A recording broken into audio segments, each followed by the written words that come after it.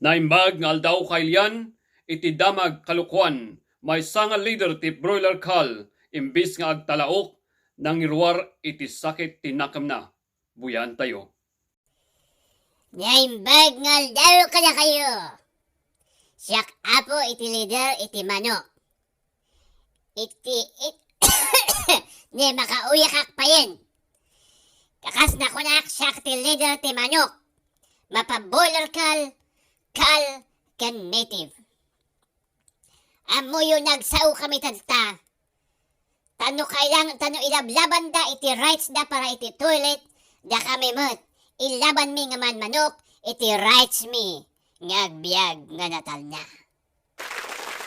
Amuyo iti napalabas nga tawon. Iti benggit lang.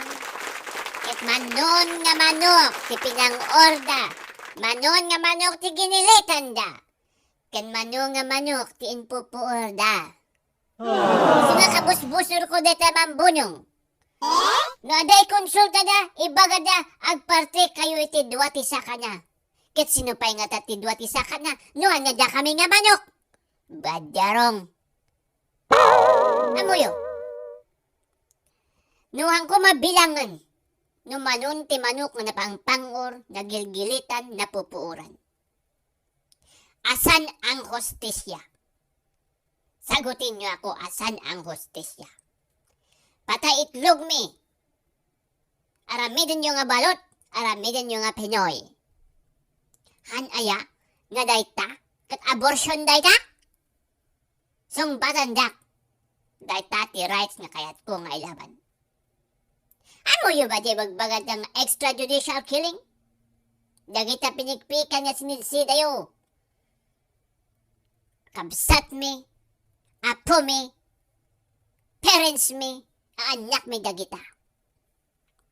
Isu nga tumakder kami tata. Ta ilaban mi ti karapatang manok.